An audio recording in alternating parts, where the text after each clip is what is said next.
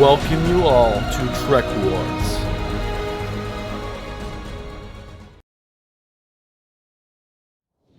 Alright, all you Trek Wars fans, so I don't know about you, but I absolutely love all the ships that are in the Dominion War, so I decided to create a list of Federation starships involved in the Dominion War. And the idea behind this is I want to show you that we have destroyers, frigates, cruisers,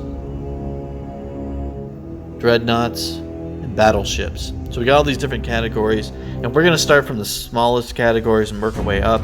And then when you look at these categories, understand that most of the ships are based on size, but some of the ships outperform or underperform in certain categories and are actually moved into different categories that I think are based on their stats. So for most of the part, when you're seeing this review, it's going to be based on what the ship's size is, and then also based on the weapon payload.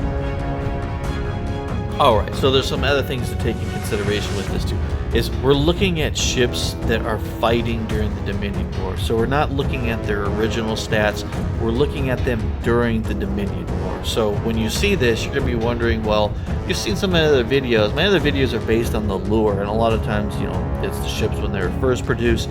We're looking at ships and what they're doing, what they had, and what they were fighting with during the Dominion War. So for an example, there are Miranda-class starships that are using Type 9 phasers, and there are some that are not. Alright, so we're going to start with the smallest ships on this category, the destroyers. So a destroyer is kind of like a gunboat, so you're going to have a ship that's going to have a decent amount of firepower, but it's going to be small, it's not going to be able to take a whole lot of damage. So these ships are going to probably fight in groups, and they're going to be around the larger ships, and they're going to be protecting them from smaller ships and that stuff. They're more of a support vessel. Alright, so we look at the Miranda Science class ship. This is shields are 390,000, hull value 173,000, defense of 563,000 altogether, with an attack value of 104,200. This ship is using Type 7 phaser emitters and a photon torpedo. This is a support ship. It's even got weaker armor than you would see on a standard Miranda. This is not really made for combat. This ship is only in the fleet to give logistical support for crew that have been damaged or hurt or injured actually. So this ship is going to working honestly as just a medical ship, and it's not really going to be in the front lines or combat. But it was there during the Dominion War. Alright, so our standard Miranda class has an attack value of 532,500, shield 390,000, hull value 285,000, has a full defense of 675,000. So there are some old Miranda class starships that were upgraded and they were given Type 9 phasers. So the 532,500 is the absolute max that you would see in a Miranda class. That's a decent amount of weapons for a ship of its size. Unfortunately, because the Miranda class's age, they're not really able to do much with the shielding, and the ship is only partially upgraded. So it would be working in groups and fleets in order to protect larger ships.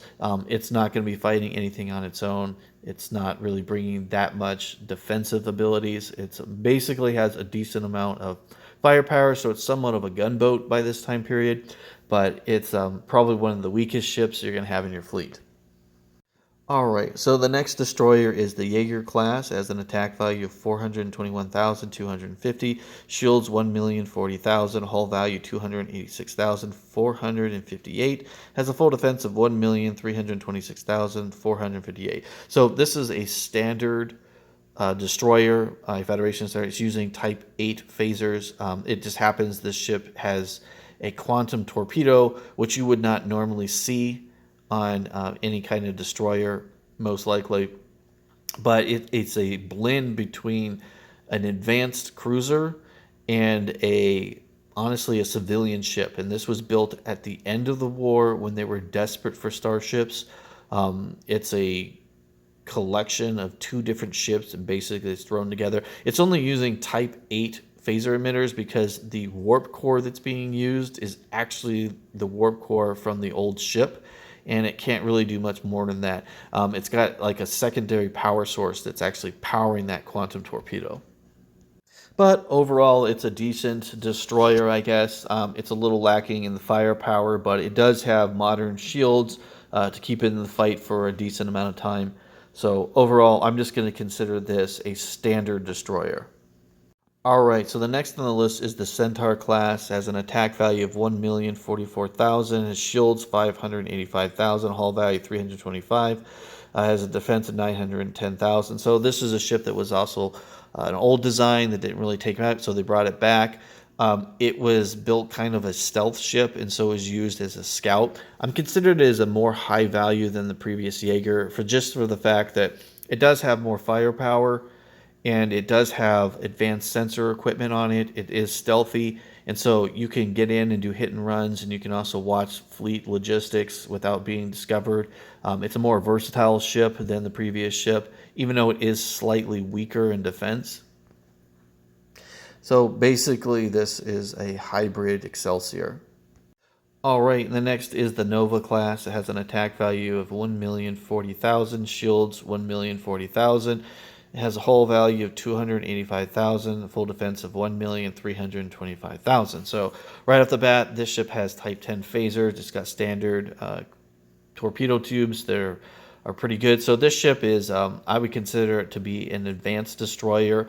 It's got good shielding. It's got a lot of firepower. There's not very many of these ships in the Federation fleet. This was kind of the replacement for the Oberth. It's also a science ship, and it was a test model for technology that was going to be used in order to create the Defiant. This ship did not fit the specifications they wanted, so they ended up creating the Defiant, but this was the original setup for the Defiant. Some variants of this ship could have a stronger hull value with maybe armor on it, but for the most part, this ship is what you see before you. Alright, so next we're going to be looking at a strange one from the Dominion Manual, which is the Constitution upgrade. It has an attack value of 1,399,000, shields of 1,040,000, and a hull value of 325,000. She has a full defense of 1,365,000. So basically what this is a Constitution Rift, which has been upgraded with Type 10 phasers and standard photon torpedoes and a modern shield. Not very many ships of this era were upgraded this level. The reason I think they were able to do this is the Constitution Rift was designed to be able to be upgraded, and the ship is easier to upgrade than some of the other ships like the Excelsior and the Mirandas. And so because of that flexibility, these ships were created.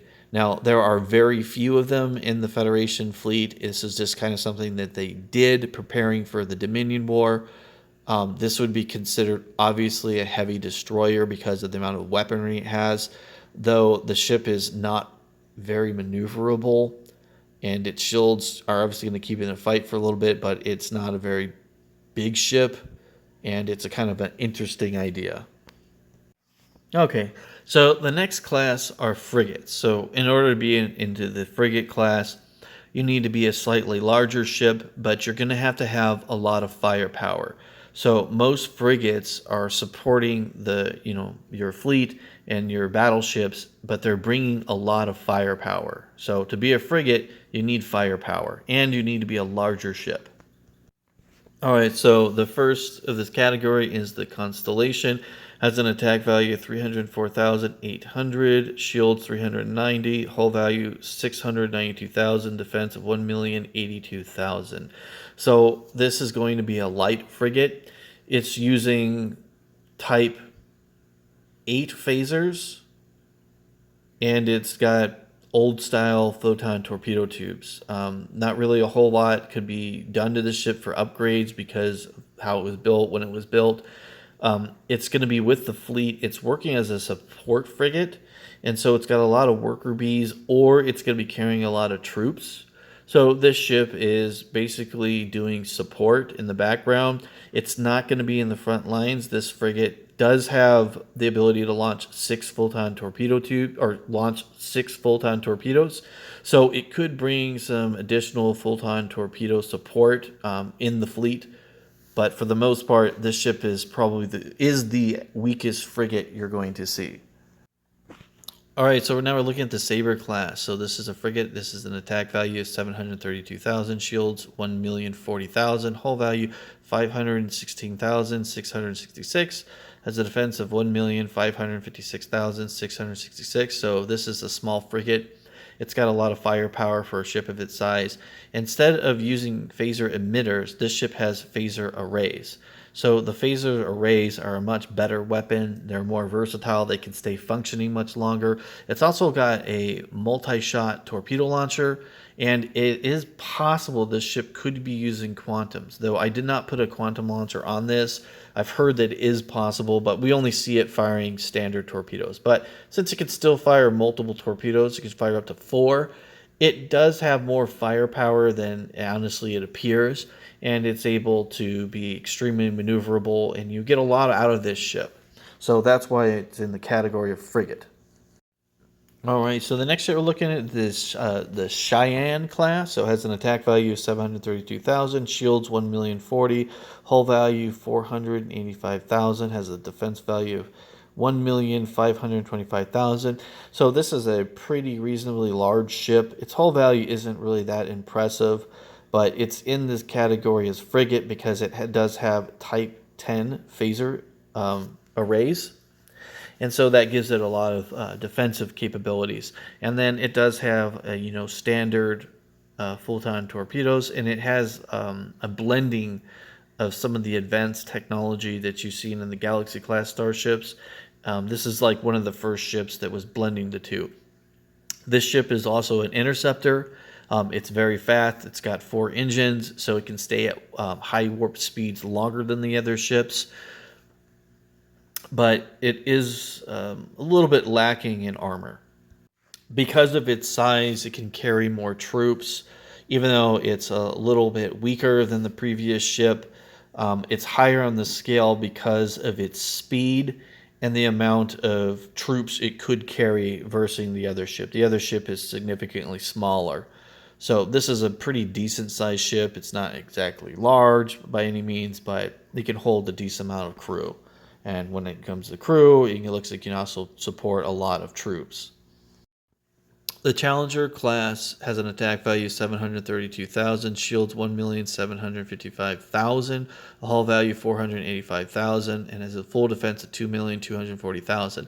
This ship is using Galaxy class technology. That's why it has the shielding that it does. It's also using the same weaponry that the Galaxy class has, except for it has a less advanced torpedo module. But this ship is able to bring a lot of firepower to the battlefield. This is a good frigate. I'm not considering it a heavy frigate just for the fact that this ship is a little bit lacking in far as when it comes to the phaser arrays, but for the most part, the ship has a high level of defense. All right, so now we're looking at the Springfield class. So the Springfield class has an attack value of 862,000, shields 1,040,000. It has a hull value of 485,000 and defensive value of 1,525,000. Though this ship is lacking the advanced shield as the previous ship, it does carry more firepower, and so this is when we start getting into more of the heavier frigate class, and we're bringing a lot of weaponry and torpedoes to the battlefield with ships like this. This ship does have advanced torpedo modules, so it's able to fire lots of full-time torpedoes, and it's able to bring a lot of defensive capabilities to the battlefield.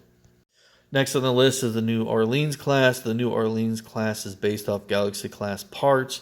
It has an attack value of 1,163,000, shields 1,755,000, hull value 485,000, for the full defense of 2,240,000. This is definitely a heavy frigate. This has got heavy shielding. This ship is bringing a lot of photon torpedoes. It is a long-range torpedo frigate, and it can defend itself. It is a very powerful ship for its size. It is definitely a heavy frigate. All right, so the next thing we're looking at is cruisers. And one of the requirements for you to be a cruiser is that you have to have a decent size. So you need to be a decent sized ship. You need to be around the 200,000 metric tons in order to be into the cruiser category. Cruiser categories are on the front line. They're mass produced, and they're able to bring good firepower, and they should be able to have good defense most of the time. So the first off, the most common ship in the Federation fleet is their light cruiser, the Excelsior class. Has an attack value of 1,004,000, Shields are 585,000. The hull value is 880,000. Has a full defense of 1,465,000. This ship has got Type 9 phaser emitters rather than arrays. So it's a lower class starship, but it can put out a decent amount of firepower. Its shielding is a little weaker than you would want.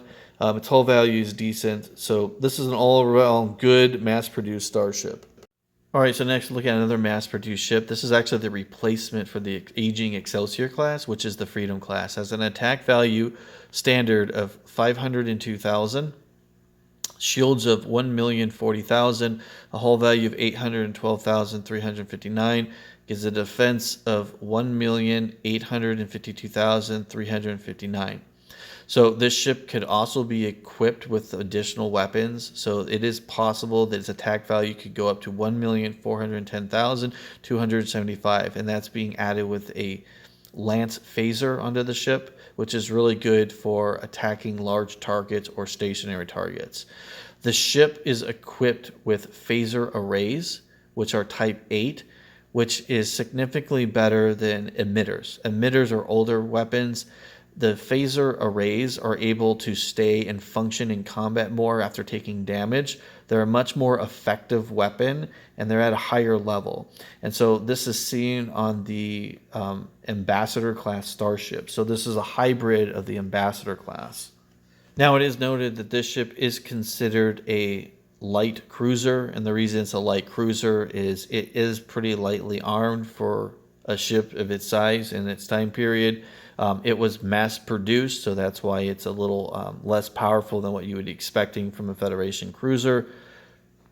Okay, next on the list is another light cruiser, which is the Curry class, which has an attack value of 742,000, shields 1,040,000, a hull value of 470,000, and defense value of 1,510,000. So basically, this is a Federation carrier. It's in the cruiser group because it is actually based off the Excelsior class, though it is advanced or more advanced in some ways and less advanced in others. Its shielding is better. Its weaponry is pretty much the same. A lot of its internal structures were removed in order to make room for fighters, so its secondary applications are slightly weaker. So this ship is kind of like a mass-produced starship from other parts in order just to give some additional ships to the Federation. It was built to counter the Jem'Hadar fighters by using Federation fighters to basically harass these ships. Just so you know, I did not account for the attack potential, which would actually raise this significantly higher. Counting the weapons aboard the fighters. The fighters are not in this. This is just the standard ship. All right, now we're looking at the Ambassador class. Has an attack value of 542,000, shields 1,040,000, a hull value 1,426,923, full defense of 2,466,923. So this is the first actual cruiser that's out of the light category. Though when you look at the ship, it does seem that its attack value is kind of low. But remember, this ship is using phaser arrays and not phaser emitters. So these are much better weapons that can stay in a fight much longer. This ship has good shielding, and it's large, has good hull value, so it can stay in the fight much longer. So this is definitely even though it does technically have less firepower, it's a little bit deceptive. Now, its torpedo module is capable of launching multiple torpedoes. It is a hybrid between the multi-shot and the standard. So they could probably launch about 4 torpedoes. All right, next on the ship is one of the most advanced ship in Starfleet, which is the Intrepid class. Has an attack value of 1,495,000, shields of 1,430,000, has a hull value of 520,000, and has a defense value of 1,950,000. This ship is capable of launching quantum torpedoes. It has a lot of phaser arrays. They're all Type 10. This ship is incredibly fast. It's also incredibly maneuverable. So I'm considering this an advanced cruiser because of all of its ability. Yes, it's small, but it's incredibly powerful. And like I said, it's got really powerful sensor systems. This ship all around is amazing starship. Next on our list is the USS Defiant, or the Defiant class, which has an attack value of 975,000, shields 1,040,000, a hull value of 1,368,000, and a full defense of 2,408,000. So this ship is a warship. This ship is incredibly powerful. It's got pulse phasers. It has Type 10 phaser emitters. It has quantum torpedoes. Its attack value is kind of deceptive. It's got multi-shot torpedo heads. This ship is bringing an enormous amount of firepower with its pulse cannons and its quantum torpedoes. This ship is capable of taking on several cruisers on its own and easily wiping them out. This ship is absolutely considered a heavy cruiser. Even though it's incredibly small, it is just absolutely armed to the teeth. It has incredibly thick armor. It's able to put up an incredibly good fight. It can fight for an incredible amount of time, even under sustained damage. This ship is a beast. This is absolutely one of the most powerful ships the Federation had produced during the Dominion War, and it absolutely tore Jem'Hadar fighters apart, and it wiped out Galors with no problem. This ship is incredibly maneuverable.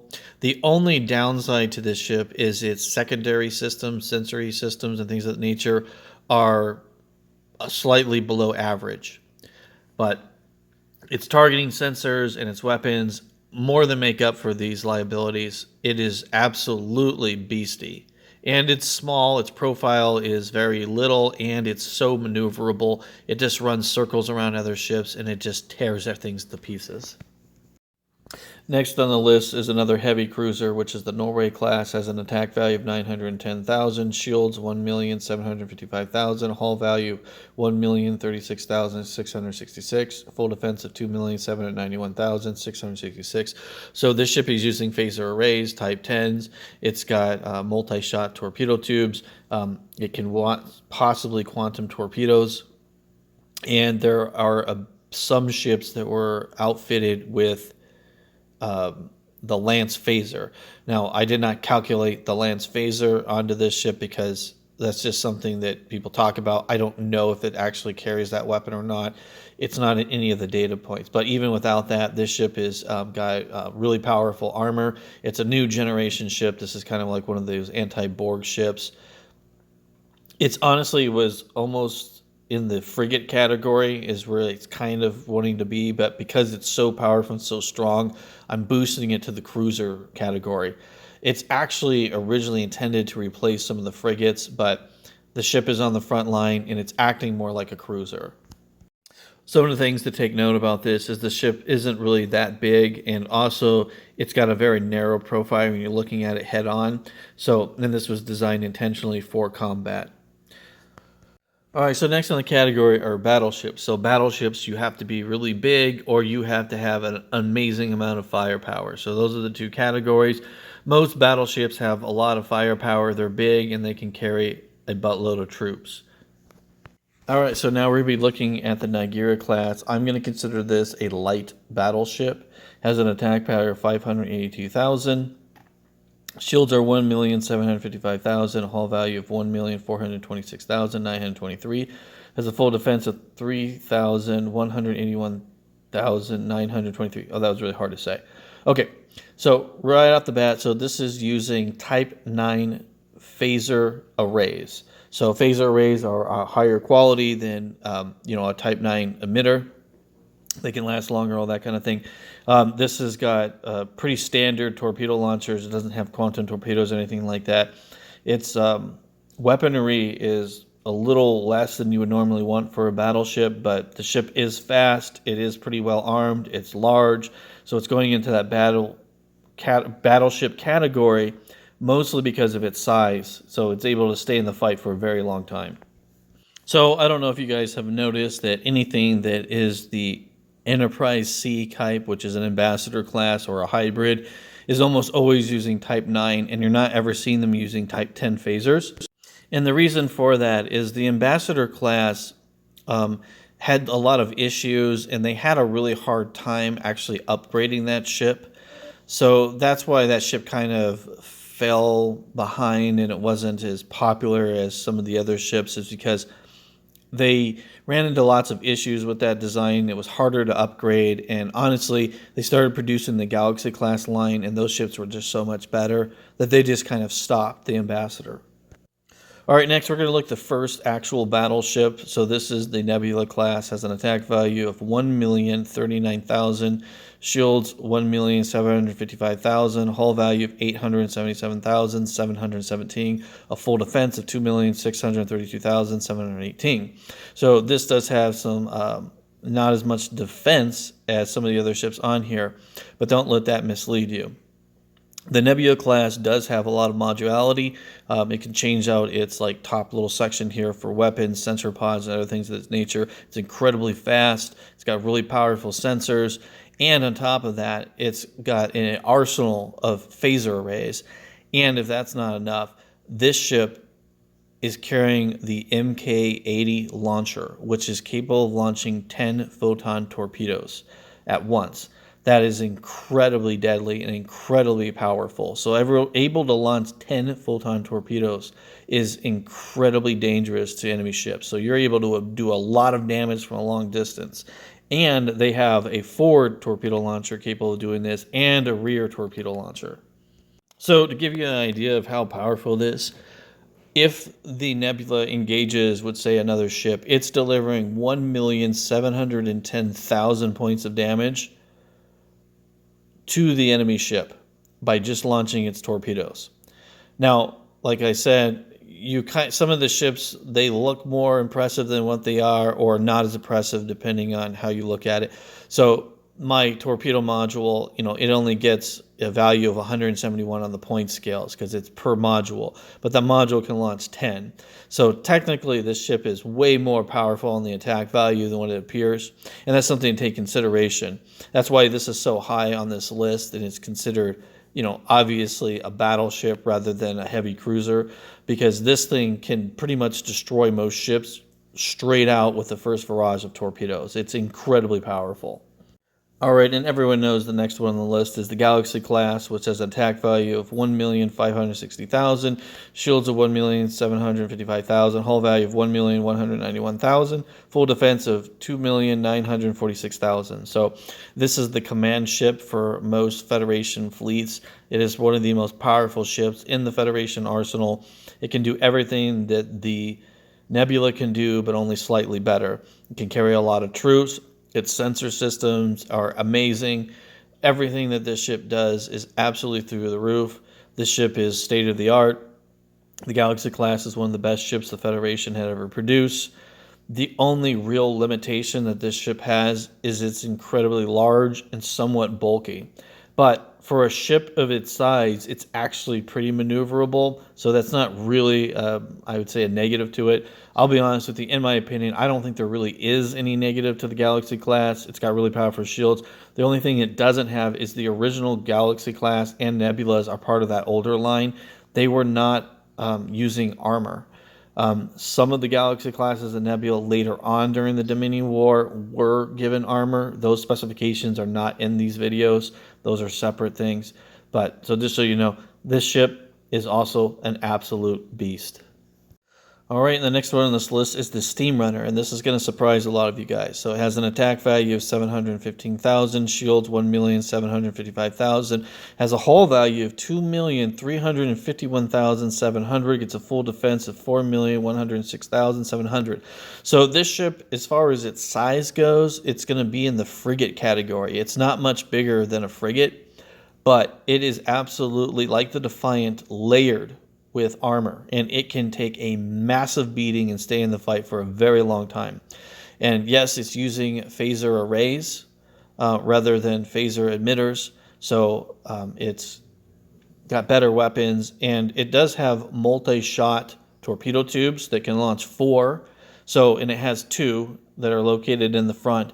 So having those 2 torpedo launchers in the front, can deliver 4 torpedoes. So it can deliver almost as much torpedo barrages as Galaxy class, just slightly less. But the ship can honestly take on a Galaxy class just because it can outlast you. So this ship is in doing absolute front-end combat. It's designed to take a heavy beating. It's got a narrow profile. It's kind of hard to shoot. It's not that big. Um, Basically, the way to look at this, it doesn't have the firepower that the Defiant does, but it has the offensive capabilities, and it's much larger than the Defiant. So this ship almost can go in the category of a Dreadnought, but because it's so small and it just doesn't have the firepower, it's just going to stay as a battle cruiser.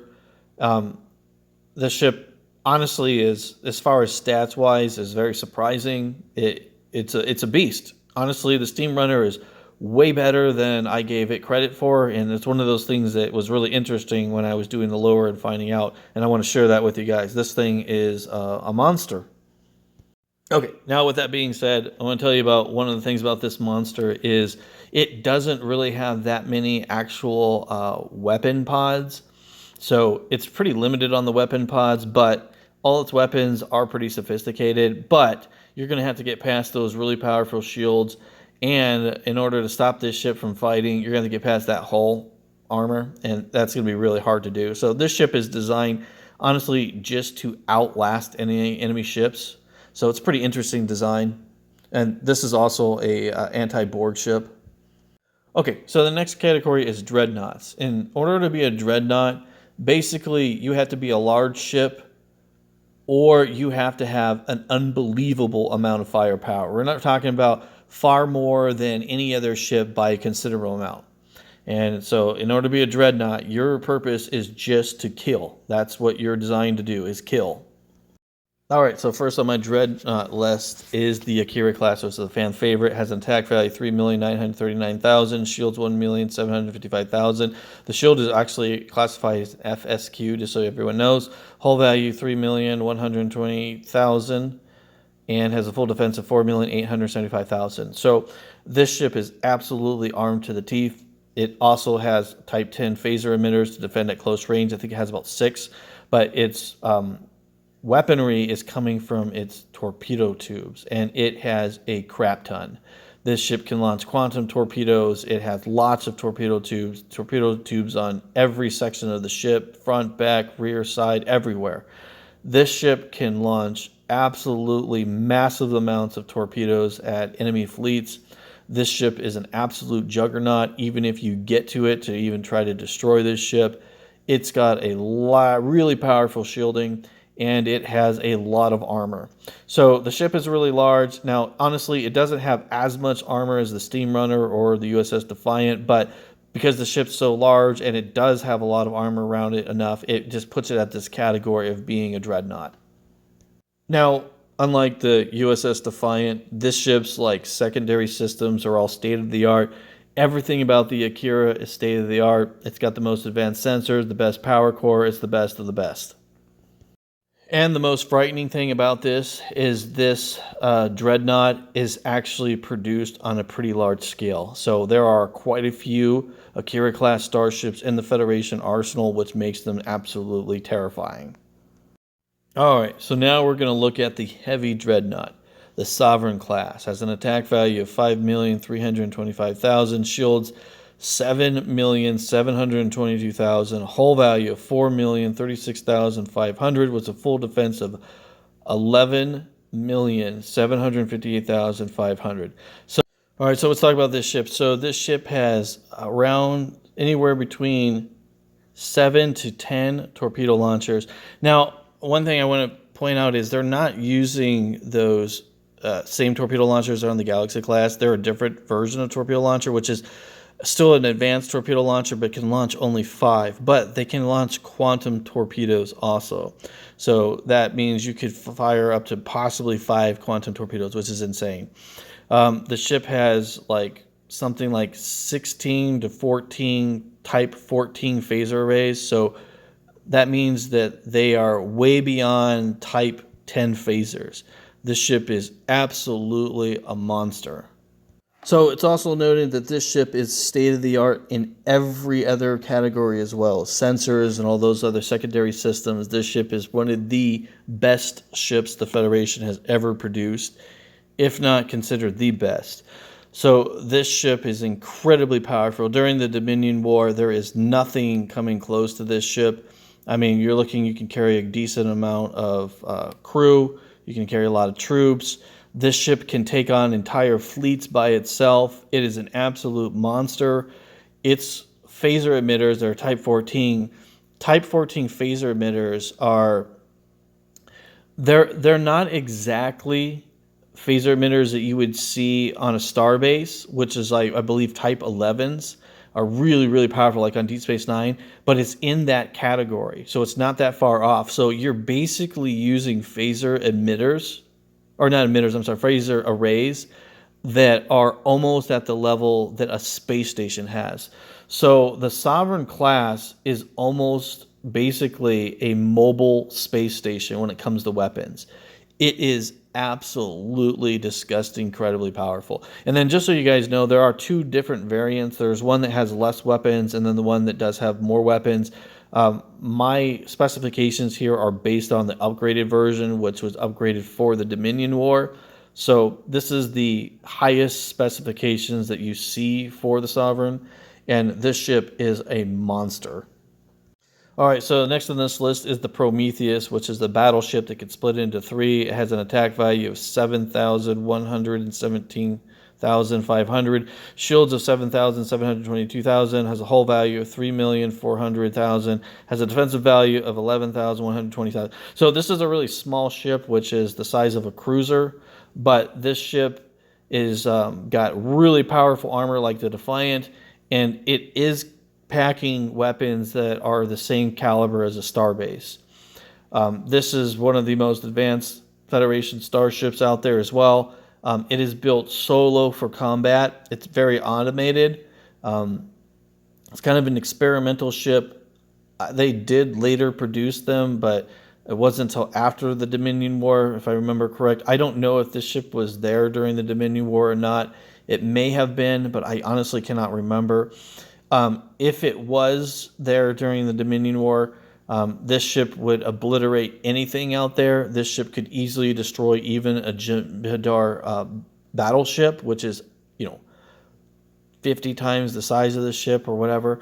But yeah, this thing is an absolute beast and a monster. And its phaser arrays are so powerful that they could disable a Galaxy class shielding, which was seen on a Nebula class, in only 4 shots. That is how incredibly powerful this ship was.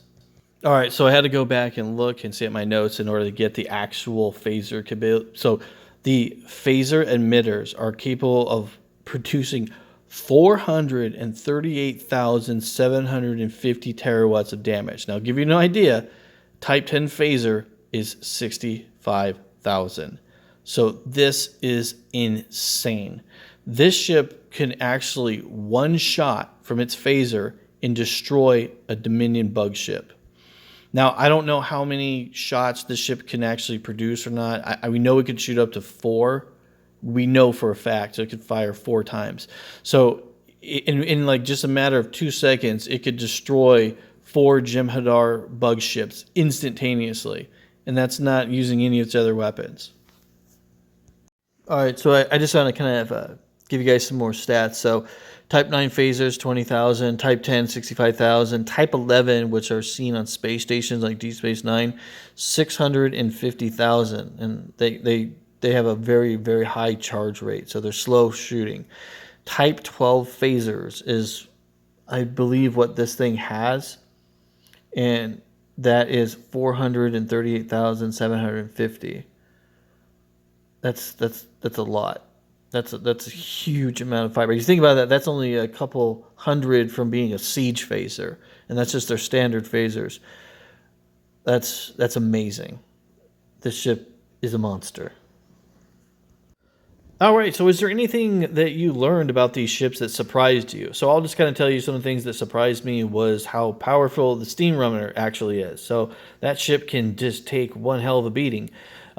The Excelsior is weaker than I thought it was going to be. And honestly, I have to admit that I really was expecting more out of the Ambassador class starships, but they they're weaker than I thought. So all the ships that are ambassador class technology are honestly far weaker than I was really thinking they were going to be. In my head, I just kind of thought that they were stronger than what they are. But, they're a pretty old ship, and so yeah, it's interesting seeing what you think and then seeing what they actually can do. So if there's any ship or any stat that you think is surprising or that you think is wrong and you want to correct me, that would be awesome. Thank you for watching Trek Wars. If you like this material, please subscribe and make a comment. And with that being said, victory is life.